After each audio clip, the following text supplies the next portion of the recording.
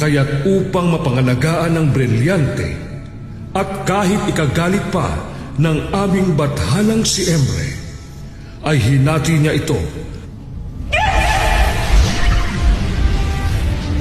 Hinati niya ito sa 4 na bahagi na sasagisag sa 4 na elemento na bumubuhay sa Encantadia.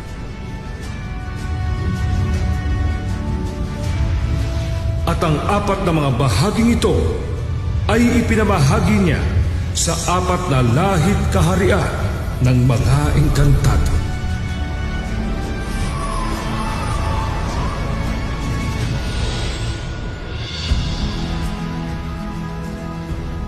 Ipinagkaloob niya sa aming mga adamyan ang dalisay na brilyante ng tubig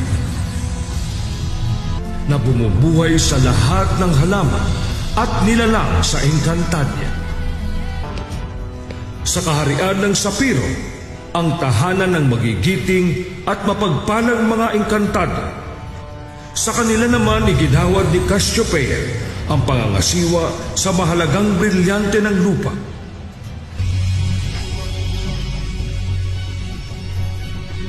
Ang brilyante ng hangin na nagbibigay hininga sa lahat ng nilalang ay napasakamay naman ng mga mapagkalinga at matatapang na mga diwata na siyang pinagmulang lahi ni Cassiopeia.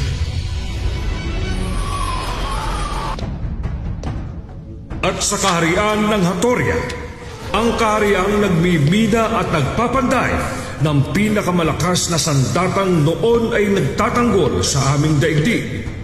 Sa kanila ay pinagkaloob ang pangangalaga sa brilyante ng apoy sa pag-asang gagamitin yon ng mga Hator para sa ikabubuti ng lahat.